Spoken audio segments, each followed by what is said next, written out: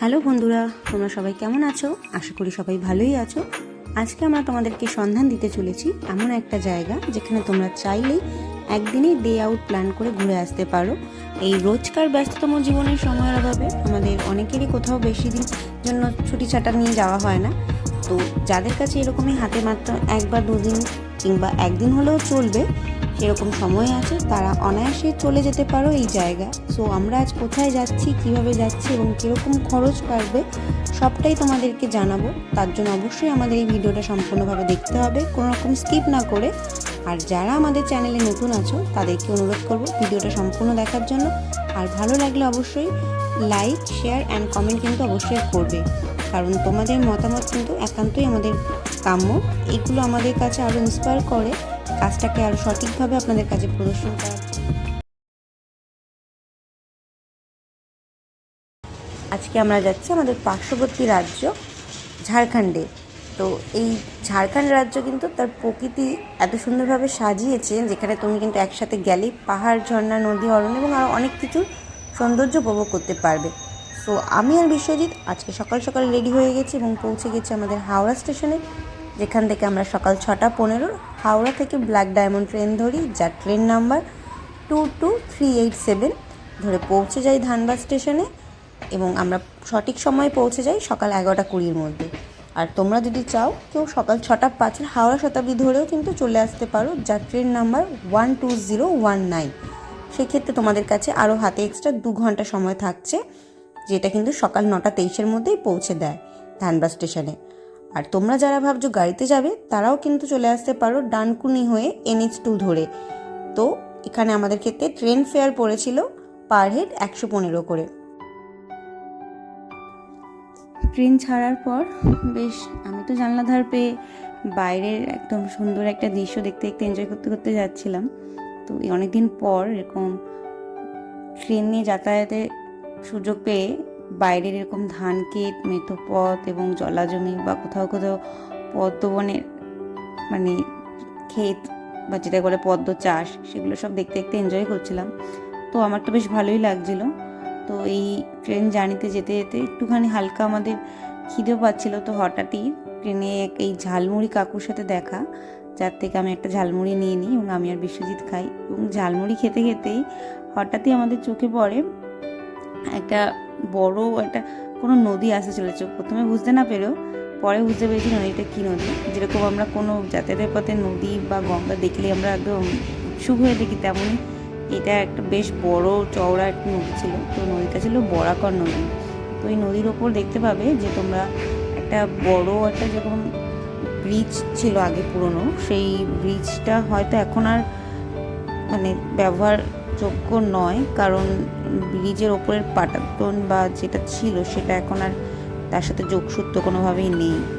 আমি এটা হচ্ছে বরাকর নদী, বেশ বড় চওড়া। এখানটায় পুরো একদম গঙ্গা নদীর মতোই ঘোলা জল, এখানে বেশ বড় সড়ো। আমরা এখন ধানবাদ স্টেশনে পৌঁছে গেছি, দেখতেই পাচ্ছ। তো আমরা এখন ধানবাদ স্টেশনে আমাদের যে গাড়ির টাইমিং ছিল ওটা দিয়ে তার এই নির্ধারিত সময় থেকেই কিন্তু অনেকটা আগেই আমাদের ট্রেন পৌঁছে গেছে, যেটা আমরা সকাল 6:15 ব্ল্যাক ডায়মন্ড ধরেছিলাম। হাওড়া থেকে প্রায় 270 কিলোমিটার ক্রস করে আমরা পৌঁছে গেছি আমাদের গন্তব্যস্থলে যাওয়ার জন্য ধানবাদ স্টেশনে। তো আমরা 2 নম্বর এই প্ল্যাটফর্মে ট্রেন দিয়েছিল, সেখান থেকে আমরা এখন সিঁড়িটা দিয়ে বাইরে বেরোবো এবং সিঁড়ির বাইরে বেরিয়ে আমরা আমাদের যেখানে যাচ্ছি সেখানে পৌঁছানোর জন্য গাড়ি ঠিক করব এবং সেখান থেকে আমরা যেভাবে যাব, কোথায় কী করছি, সমস্ত ইচ অ্যান্ড এভরি ইনফরমেশন তোমাদের সাথে শেয়ার করব। তো আমাদের সাথে ভিডিওতে কানেক্ট থেকো এবং সঙ্গে থেকো। চলো আমরা এগোচ্ছি।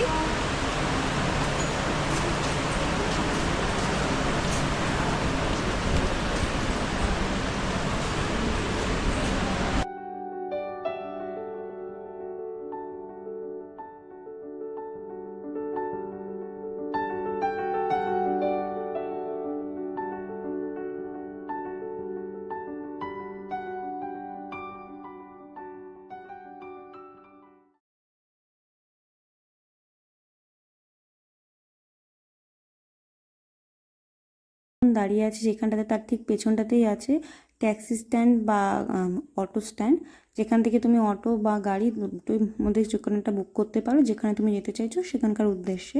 তো আমরা এখান থেকে একটা গাড়ি নেব। তো এখানে আমরা কথা বলে যা বুঝতে পেলাম, অটো ফেয়ার মিনিমাম 900 থেকে 1200 পড়ে, এবং গাড়ি নিলে সেক্ষেত্রে 2200 থেকে 2500 পড়ে। আমরা যাচ্ছিলাম বাতিন্দা এবং তোপচাচি, আর অনেকে উসরিও তার সাথে যোগ করে, উসরি লেক। তো এইগুলোর ক্ষেত্রে এরকম প্রাইস পড়ে।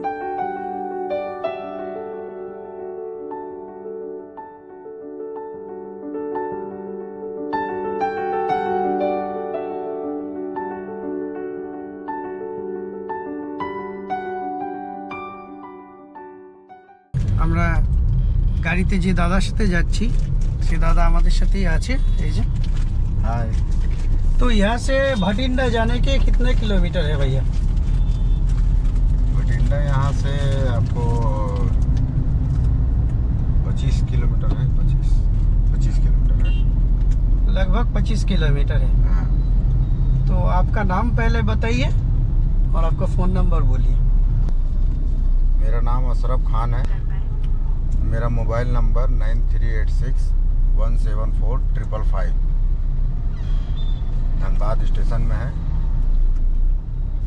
तो यहाँ से धनबाद से घूमने के लिए क्या क्या जगह है और आप लोग कैसे घुमाते हैं, ये बताइए। हम लोग 1000 रुपया लेते हैं एक दिन का गाड़ी का चार्ज, और प्लस एसी में 8 का एवरेज और नॉन एसी 10 का एवरेज से तेल लेते हैं, और सभी जगह अच्छा से घुमाते हैं। धनबाद में मैथन है घूमने के लिए, पारसनाथ है, भटिंडा है, खंडोली है, जो धनबाद से ही जाया जाता है। ये सब गिरिडीह क्षेत्र में पड़ता है, धनबाद जिला से अलग है। और मैथन है धनबाद में ही, बहुत सारा माइंस है। সো তোমরা যারা এখানে ধানবাদ, বাটিন্ডা ফলস বা মাইথন বা এই পরেশনাথ এগুলো করতে চাও, তো তোমরা আসলে দাদার সাথে কন্ট্যাক্ট করতে পারো। আমি দাদার ফোন নাম্বার ডিসক্রিপশন বক্সে দিয়ে দেবো, তোমরা যোগাযোগ করতে পারো। ভালো লোক, তোমাদের সুন্দরভাবে ঘুরিয়ে দেবে। সো আমরা এখন ঘুরছি, ঘুরে তোমাদের আস্তে আস্তে রিভিউ দিতে থাকবো, আর কোথায় কীরকমভাবে কি পার্কিং লাগছে, কোথায় কি সমস্ত details, each and every details আমি শেয়ার করতে থাকবো। তো সঙ্গে থাকো আর ভিডিও এনজয় করতে থাকো। তো রাস্তায় দাঁড়িয়ে পড়েছি এক জায়গায় ব্রেকফাস্ট করবো বলে, কিন্তু হাতে একদম সময় নেই। জায়গাগুলো অনেক ডিস্টেন্সে, ড্রাইভার দাদা বলছে। আমরা নামার পরে একটা গাড়ি বুক করে ফেলেছি অলরেডি। তো এখানের ব্রেকফাস্টের জন্য এই জায়গাটা দাঁড়িয়েছিলাম, কিন্তু ভালো লাগলো না, বিস্কুট নিলাম, নিয়ে আবার গাড়িতে উঠে পড়ছি। গাড়িতে বসে বিস্কুট খাবো এবং দেখি কতদূর কীভাবে বৃষ্টি এসে গেছে, কতদূর কীভাবে করতে পারি এটা তোমাদের যেতে যেতে দেখাবো। শহরের ব্যস্ততম রাস্তা ছাড়ি এবং কোলাহল পার করে এবার আমরা গ্রামীণ মেঠো পথ ধরলাম, যার চারপাশটা পুরো সবুজে ঘেরা, এবং এত সুন্দর এই মেঠো পথ দিয়ে যাওয়ার সময় যে একটা অনুভূতি, এই গ্রামীণ এলাকার আর যে সহজ স্বাভাবিক যে জীবনভঙ্গি, সেটা সহজেই আমাদের নজরে আসছিল। আর এই রাস্তাটা যাওয়ার সময় যে আমাদের দেখে মনে হলো এটা ওয়ান ওয়ে রাস্তা। তো এই গ্রামীণ মেঠো পথ দিয়ে যাওয়ার সময় একটা জিনিস আমাদের নজরে পড়লো, এখানে আশেপাশে যে ঘর বাড়ি, তার সামনে কিন্তু কোনো আমরা টাইম কল এখানে দেখতে পাইনি, তবে এখানে প্রত্যেকটা বাড়ির কাছাকাছি টিউবওয়েল রাখা। আর একটা জিনিস তোমাদেরকে না বললেই নয়, সেটা হচ্ছে এই ভাটিন্ডা ওয়াটারফলসটার কিন্তু আমরা নাম পপুলার ভাষায় চলতি কথা ভাটিন্ডা ওয়াটারফল বললেও, এটা কিন্তু এখানে যে আরেকটা নামও দেখলাম, সেটা হচ্ছে বিনোদ বিহারী মেহতা পার্ক, বা বলতে পারো বিনোদ বিহারী মেহতা উদ্যান। তো এই ভাতিন্দা ওয়াটারফলসের দিকে ক্রমশ আমাদের গাড়ি এগিয়ে যাচ্ছে, এবং যাওয়ার সময় আমার যত বেশি হচ্ছে আমার আরও এক্সাইটমেন্ট বেড়ে যাচ্ছে, কারণ অনেকদিন পর এরকম একটা ভালো জায়গার আমরা সন্ধান পেয়েছি, যেটা আমাদের একটু ভালো লাগছে, এবং সবথেকে বড় কথা তোমাদের সাথে এই ইনফরমেশনগুলো শেয়ার করতে পেরে আমাদের আরও ভালো লাগছে। আমরা এখন পৌঁছে গেছি ভাতিন্দা ওয়াটারফলস, একদম আমার এই সামনেই। তো এই মন্দিরের পাশ দিয়ে সরু রাস্তা পেয়ে দাদা আমাদের দেখিয়ে দিল এখানকার যারা লোকাল ছিল যে কোথা দিয়ে নামতে হবে। তো এখন পানির ফোর্স দেখলে, আমরা ফার্স্ট যে লুকটা দেখতে পাচ্ছি সেটা দেখলে মারাত্মক লাগছে দেখতে। আর এই সিজনে পানির যে সোর্স খুবই বিশাল। তো আমাদেরকে আগেই দাদারা সাবধান করে দিল যে বেশি জলের কাছে যেতে নয়, রাস্তা এমনিও একটু পিচ্ছিল টাইপের যেহেতু জলের জন্য। তো এই ওয়াটারফলসটা আমরা এখান থেকে যেটা দেখতে পাচ্ছি যেভাবে নামছে, এটা কিন্তু 3খানা স্টেপে নামছে। চলো তোমাদেরকে সামনে যেতে যেতে আরও দেখাচ্ছি। আমরাও নিচের দিকে এগোচ্ছি।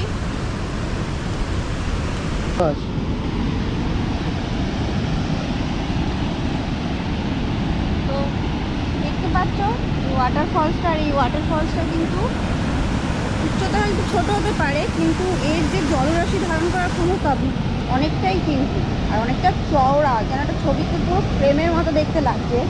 যেই ফ্রেমটা মানে আমরা ছবিতে দেখে থাকি, এটা আমরা ফ্রেমের ভিতরে যেন ঢুকে গেছি এবং স্বপ্নের মতো দেখছি কোনো একটা জিনিস। আর এটা কিন্তু জেনারেলি কাটারি নদীরই মেন উৎস থেকে তৈরি। তবে কাটারি আর দামোদর নদী এই দুটো মিলে এই ভাটিন্ডা ফলসের উৎপত্তি। তো সামনে গেলে জলের আওয়াজটা শুনে তোমরা বুঝতেই পারছো যে কতটা সোর্সে বইছে। আর এই সময় তো প্রায় আমরা এসছি আগস্টে, একদম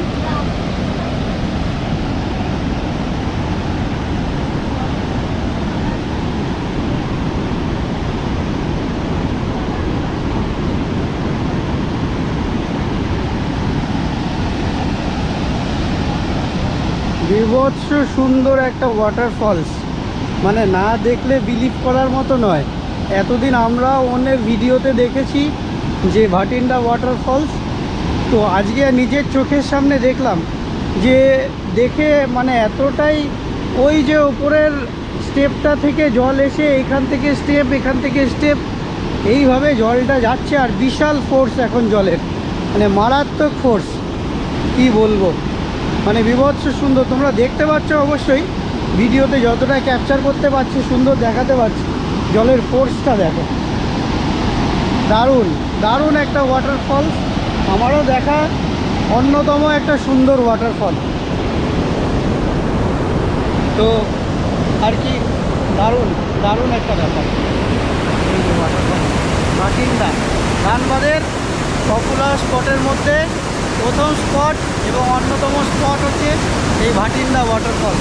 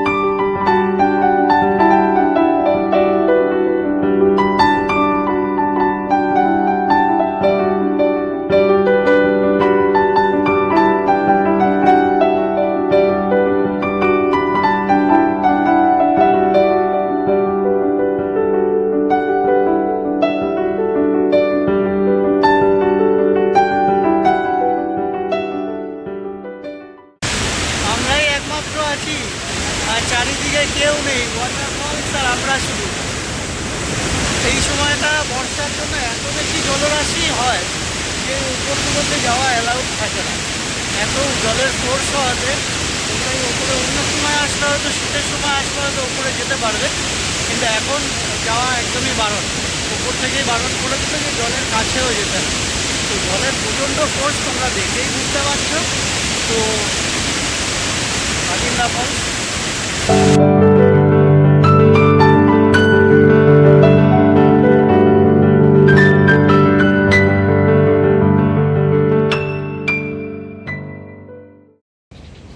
বন্ধুরা জায়গাটা খুবই সুন্দর। আর ফলসের থেকে উপরে উঠলাম, এইখানে একটা সিঁড়ি আছে, এইখান থেকেও ওই ফলসের সামনেটাই দেখা যায়। আর এইখান থেকে যেটা মেন দেখা যাচ্ছে, সেই পাহাড়ের উপরে এই যে বুদ্ধ মূর্তি একটা, অনেকটাই দূরে। আর আজকে ওয়েদার খুব গরম, বেশিক্ষণ হাঁটাও যাচ্ছে না, ঘামিয়ে জল হয়ে যাচ্ছে। এইখান থেকেও ফলসের ওই দৃশ্যটা এখান থেকেও দেখা যায়। সো এই ছিল। আর সুন্দর সুন্দর এই যে ছাতা মতো করা আছে, এখানে বসে তোমরা ছায়ায় বসে সুন্দর এই পরিবেশটাকে এনজয় করতে পারবে। দারুণ মনোরম একটা ভিউ, যেটা দেখলে না মন শান্তি, মন জুড়িয়ে যাবে। সো আমি তোমাদের বলবো যে তোমরা যদি ধানবাদ আসো, ভাটিন্ডা ফলস অবশ্যই মানে এটা ইম্পর্টেন্ট লিস্টেও দিয়ে দিলাম যে হ্যাঁ এটা দেখতেই হবে, এটার দেখারই মতো। কিন্তু যেটা বর্ষার পরে আসলাম আমরা, এই সময়টা যে মানে একটা জলের যে এত ফ্লো, সেটা কিন্তু অন্য সময় পাওয়া যাবে না। শীতকালে ট্যুরিস্ট বেশি আসে, কিন্তু এতটা ফ্লো হয়তো পাওয়া যাবে না। উপরে হয়তো ওঠা যাবে জলের, কিন্তু এখন তো জলের ফ্লো এত বেশি যে ওখানে নামতেই দিল না, বা নামাটা উচিত হবে না। এটা জায়গাটা তোমরা দেখলে ভিডিওতে বুঝতে পারবে যে কতটা বেশি ফোর্স জলের। সো এই ছিল ভাটিন্ডা ফলস। আবার নেক্সট আরেকটা জায়গায় যাচ্ছি, সেখানে গিয়ে আবার তোমাদের সাথে কথা বলছি। ও এখানে একটা ইনফরমেশান দিই যে 50 টাকা গাড়ি পার্কিংয়ের চার্জ নিল। আর এখানে এই যে একটা দোকান আছে, এখান থেকে তুমি কোল্ড ড্রিঙ্কস, জল ফল সব পেয়ে যাবে, কোনো অসুবিধা নেই। আর জল ক্যারি করতে পারলে ভালো, নিচে নামলে উঠলে একটু জলের প্রয়োজন আছে। তো জায়গাটা বেশ ভালো লাগলো, ভালো জায়গা। চলো আবার নেক্সট স্পটে যাই, এরপরে যাব তোপচাচি। এখন বেরিয়ে পড়ি আমাদের দ্বিতীয় ডেস্টিনেশন তোপচাচি লেকের উদ্দেশ্যে। তো যাবার সময় রাস্তায় আমাদের হালকা বৃষ্টি দেখা মিললেও সেটা কিন্তু দীর্ঘস্থায়ী হয়নি। আর যাবার সময় রাস্তাটা এত সুন্দর ছিল যে মানে এই হাইওয়েটার উপর দিয়ে যাওয়ার সময় এত সুন্দর একটা আলাদা অনুভূতি হয়েছে, তাকে বলে বোঝানো সম্ভব নয়। কারণ তার চারপাশটা পাহাড়ের রেঞ্জ দিয়ে ঘেরা, এবং দেখে মনে হচ্ছে একদম ছবির মতো কেউ এঁকে দিয়েছে আমার সামনে রাস্তাটা। এই সুন্দর একটা স্মুথ রাস্তা দিয়ে যাচ্ছিলো, এবং যাতায়াতের যে জার্নিটা আমার খুবই ভালো লাগছিল। আর চারপাশে সবুজ, একপাশে পাহাড়ের রেঞ্জ, মানে দারুণ একটা অনুভূতি। তো যাওয়ার সময় বাঁক নিয়ে আমাদের লেকের জন্য এই মেঠো পথটা ধরি। তো এটাও পুরো একদম অরণ্যর ভিতর দিয়ে যাওয়া, মানে জঙ্গলের ভেতর দিয়ে, পুরো চারদিকটা সবুজে ঘেরা, খুবই একটা সুন্দর মনোরম, একটা তোমার চোখকে শান্তি দেয়। আমাদের বলে রাখি, লেকে যাওয়ার কিছুটা আগেই পড়বে আমাদের বাঙালির প্রিয় মহানায়ক উত্তম কুমারের বাগান বাড়ি। সেই বাগান বাড়িটা তিনি হয়তো তার অবসর সময় কাটানোর জন্য কিন্তু এখানে বানিয়েছিলেন। এই অরণ্যর ভিতরে বেশ ছিমছাম আদলে তৈরি একটা সুন্দর বাগান বাড়ি, সেই সময়ে তৈরি। তো চলো তোমাদেরকে নিয়ে যাই আমাদের সবার প্রিয় মহানায়ক উত্তম কুমারের বাড়ির ভিতরে। এখন হয়তো সেখানে কোনো বসতি না থাকলেও একসময় এখানে থাকতো। তো এখন হয়তো মানে চারদিকটা পুরো নির্জনের মতোই, পরিত্যক্তর মতোই পড়ে আছে, হয়তো আশেপাশে লোকাল লোকজন এখানে দেখা মেলে। তো চলো চারপাশটা ঘুরে, বিশাল একটা জায়গা জুড়েই এই বাগান বাড়িটা তৈরি, দেখেই বুঝতে পারছো একটা সময় বিভিন্নভাবে কিন্তু চারপাশটা মনে হয় মেনটেনেন্স করা হতো। আমরা এখন তোপচাচি যাওয়ার পথেই রাস্তার একদম পরে উত্তম কুমার আমাদের যে মহানায়ক, তার বাড়ি। তিনি এখানে একটা বাড়ি বানিয়েছিলেন, এটা হচ্ছে সেই বাড়িটা। তো আমরা এখন ভিতরে আসি, দেখো বাড়িটা কীরকম ছিল। এখন হয়তো এখানে কেউ থাকে কিনা বলতে পারবো না, তবে দুটো বাইক তো গেটের সামনে দাঁড় করানো দেখছি, হয়তো পরিচর্যার জন্য এরা রয়েছে।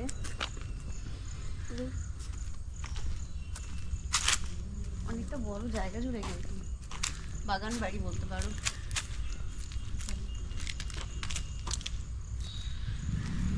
হয়তো অবসর সময় কাটাতো, হ্যাঁ ছুটির টাইম। সেটা নিশ্চয়ই।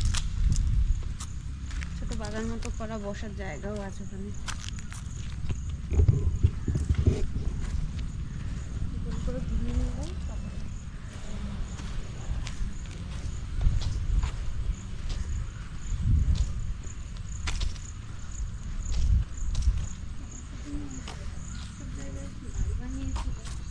হ্যাঁ,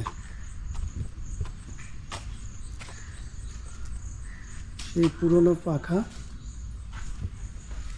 প্রত্যেকটা দরজায় তালা দেওয়া আছে।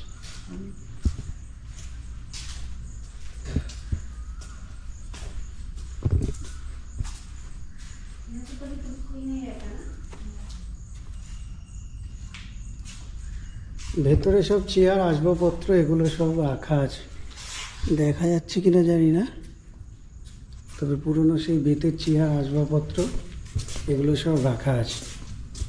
আর এইসব পুরনো পাখা জং ধরে গেছে, থাকে না এখানে। এখন আর কেউ থাকে না, তারপরে বিনা মেনটেনেন্সে পড়ে আছে। তবে বড় একটা বাগান চত্বর, বাগান বাড়ি। মহানায়ক ওনার অবসর সময়টা এখানেই কাটাতেন। অনেকটা বড় জায়গা, গাছ পাঁচালি খুব সুন্দর।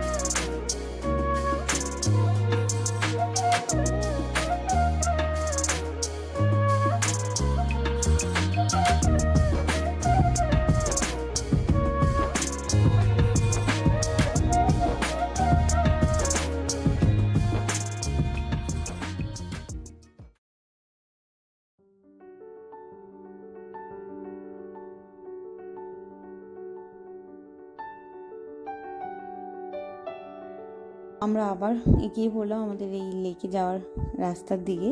তো এখানে একটা জিনিস বলা হলো, এখানেও কিন্তু কার পার্কিং চার্জ এক একটা গাড়ির উপর এক এক রকম। যেরকম 2 হুইলারের ক্ষেত্রে এখানে কার পার্কিং চার্জ হচ্ছে 50 এবং 4 হুইলারের ক্ষেত্রে 100। বা তোমরা শুটিং পারপাসের জন্য যদি আসতে চাও সেক্ষেত্রেও কিন্তু এখানকার চার্জেস কিন্তু আলাদা। তো সেই জন্য তো এখানে সাইনবোর্ডে লেখাই রয়েছে। তো আমরা এখন লেকের দিকে যাচ্ছি। তো গিয়ে আমরা যখন পৌঁছাই তখন একটু হালকা বৃষ্টি নেমে পড়ে, তাও আমরা কিন্তু এই বৃষ্টির মধ্যেও সেই লেক পরিদর্শন করার যে একটা অনুভূতি, একটা আলাদা সুন্দর, সেটা কিন্তু আমরা মিস করিনি। চলো তোমাদের আরও কাছে নিয়ে যাই, দেখাই। এই হচ্ছে আমরা পৌঁছে গেছি এখন তোপচাচি লেকে। তুমি দেখতে পাচ্ছ এই লেকটা কতটা বড় আকারে। আর এখানে প্রথমত এই লেকটা যে দেখতে পাচ্ছ ফটক চাষ, এখানে যেটা তৈরি হয়েছে এখান থেকে দাঁড়িয়ে তুমি ভিউ এনজয় করতে পারবে। আর এই লেকটা প্রথমত কৃত্রিম লেক, যেটা বানানো হয়েছে প্রথমত জল সরবরাহের কাজে, আশেপাশে কৃষি এইসবের জন্য। আর এই লেকে কিন্তু আমাদের বাংলার পুরনো অনেক মানে ভালো ভালো সিনেমার শুটিং হয়েছে। যেরকম উত্তম কুমারের একটা হারানো সুন্দরী গান আছে, এই স্বর্ণালী সন্ধ্যায়, এই গানটার শুটিং কিন্তু এই লেকের ভিতরেই হয়েছিল। এই লেকে কিন্তু আগে শোনা যেত অনেক বন্য শূকর, শেয়াল আরও টুকটাক জন্তু জানোয়ার দেখা যেত, যেটা হয়তো এখন দেখা যায় না সচরাচর। কিন্তু শীতকালে অনেক পরিযায়ী পাখিরা কিন্তু এখানে আসে। তোমরা যদি শীতকালে কেউ আসো আর ভিজিট করো এই জায়গাটা, দেখতে পাবে এখানকার যে অপরূপ দৃশ্যগুলো। আমরা আসার পর এখানে বৃষ্টি নেমে গেছে, তাও আমরা একটা অদ্ভুত সুন্দর পরিবেশ তৈরি হয়েছে বৃষ্টিতে, আর লেক সামনে এত সুন্দর, মানে কি বলবো, একটা মায়াবী মুহূর্ত। আর এই রাস্তাটা, এই যে ড্যামের ওপরটা বেশ সুন্দর লাগছে। বৃষ্টি শুরু হয়ে গেল, কি বলবো, কিন্তু সব কিছু মিলিয়ে সুন্দর, হ্যাঁ এটাই বলতে পারি। উইকেন্ডে তোমরা এই ছোটোখাটো ট্যুর প্ল্যানের জন্য এটাকে অবশ্যই রাখতে পারো তোমাদের লিস্টে। আসলে তোমাদেরও ভালো লাগবে আশা করি। বৃষ্টিটা ভালো লাগছে। বৃষ্টিটা না হলে লেকের একদম ওই কাছে নামা যেত, জলের কাছে, কিন্তু এখন বৃষ্টি হচ্ছে সেই কারণে নামা যাচ্ছে না। কিন্তু জায়গাটা খুব সুন্দর, দারুণ অপরূপ লাগছে। আর এই যে পাহাড়ের রেঞ্জটা দেখতে পাচ্ছ, এটা পরেশনাথ পাহাড়ের রেঞ্জ আর লেকে। এখান থেকে নাকি সানসেটটা খুব সুন্দর লাগে দেখতে। তো আমরা তো আজ সানসেট পর্যন্ত থাকতে পারবো না, আমাদের বেরিয়ে যেতে হবে, কারণ একদিনের ট্যুরে আমরা ভাটিন্ডা আর তোপচাচিটা রেখেছি, আর মহানায়ক উত্তম কুমারের বাড়িটা। সো এরপরে আমাদের আবার ব্ল্যাক ডায়মন্ডে ফিরে যেতে হবে। সকালে ব্ল্যাক ডায়মন্ডে এসেছি, আবার এখন সন্ধ্যাবেলা ব্ল্যাক ডায়মন্ডেই ফিরে যেতে হবে। মন্দিরের সামনে একটা লেকের সময় হ্যাঁ। মন্দির রয়েছে ছোট। সেটাও বলবো। এই যে এখানে একটা মন্দিরও আছে, মন্দিরটায় উঠে তোমাদের দেখাবো কিসের মন্দির, মনে হচ্ছে যতদূর হনুমানজি। তো যাই, গিয়ে তারপরে তোমাদের মন্দিরটা দেখাচ্ছি। লেকের চারপাশটা আমরা ঘুরে নিই।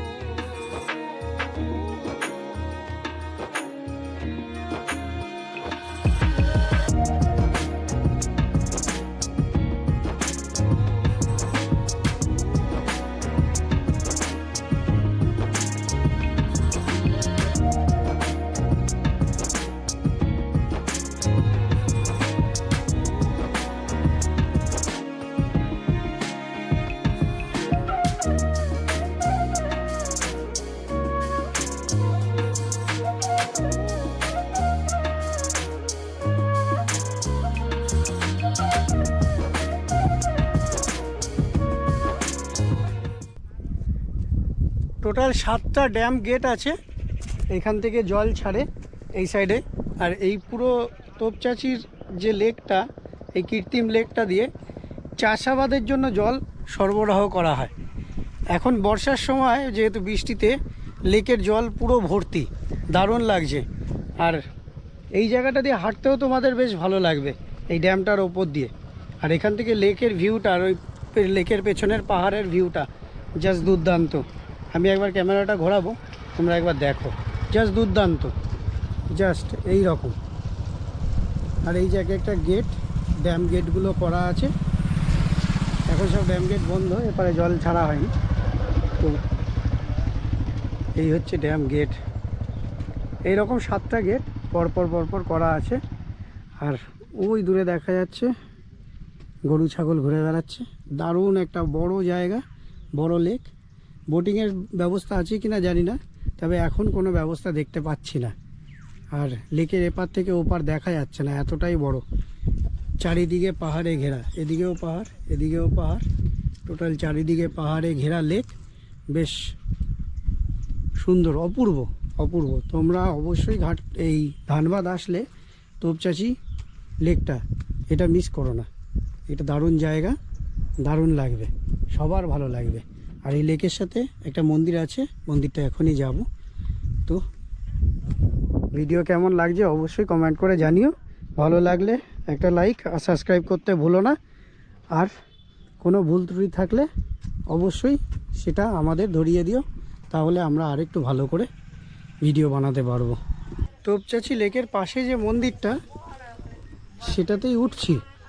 ওটা আমি ঠিকই বলেছিলাম, এটা বজরংবলীরই মন্দির।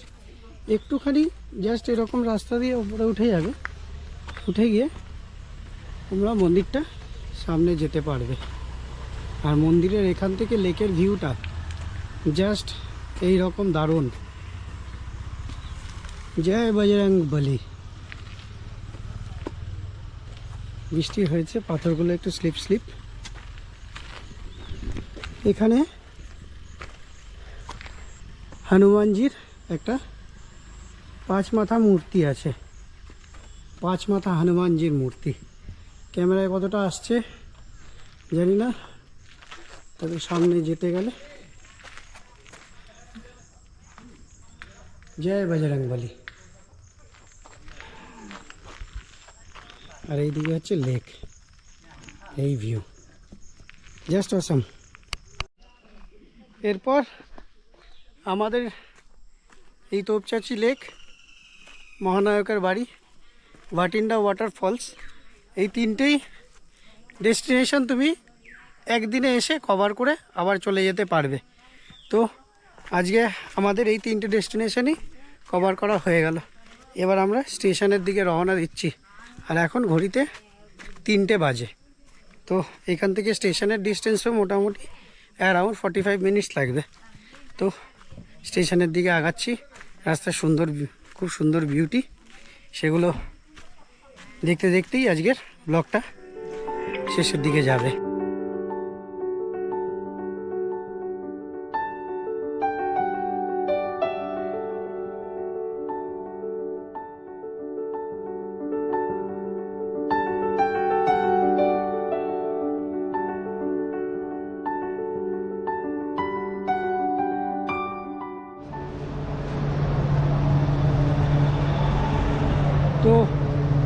হাইওয়ের ওপরেই এই ধানবাদ স্টেশনের দিকে যেতে শানে ই পাঞ্জাব, এখানে আজকে লাঞ্চটা সারলাম। লাঞ্চটা খুব সুন্দর ছিল, তবে ভেজ নিলাম। আমাদের ড্রাইভার দাদা যে ছিল সেও আজকে ভেজ ছিল, এই সবাই মিলে ভেজ শেয়ার করে খেলাম। বেশ দারুণ, অল্প বিল হলো, বেশি বিল হয়নি, রিজনেবল, 521 টাকা হয়েছে। সো আজকে এখন বেরিয়ে যাচ্ছি, ট্রেনের টাইমও হয়ে এসছে, খুব টায়ার্ডায় আছি। এই ভিডিওটা এখানেই এন্ড করছি। ভিডিও ভালো লাগলে অবশ্যই লাইক অ্যান্ড শেয়ার, সাবস্ক্রাইব করো, কমেন্ট করো, আর কোনো ভুল ত্রুটি থাকলে ধরিয়ে দিও, আর নিজেদের এবং নিজেদের বন্ধুবান্ধব ফ্যামিলি সবার সাথে শেয়ার করো, আর আমাদের এনকারেজ করো। সো আবার একটা নতুন ভিডিওতে দেখা হবে, এখনকার জন্য টাটা।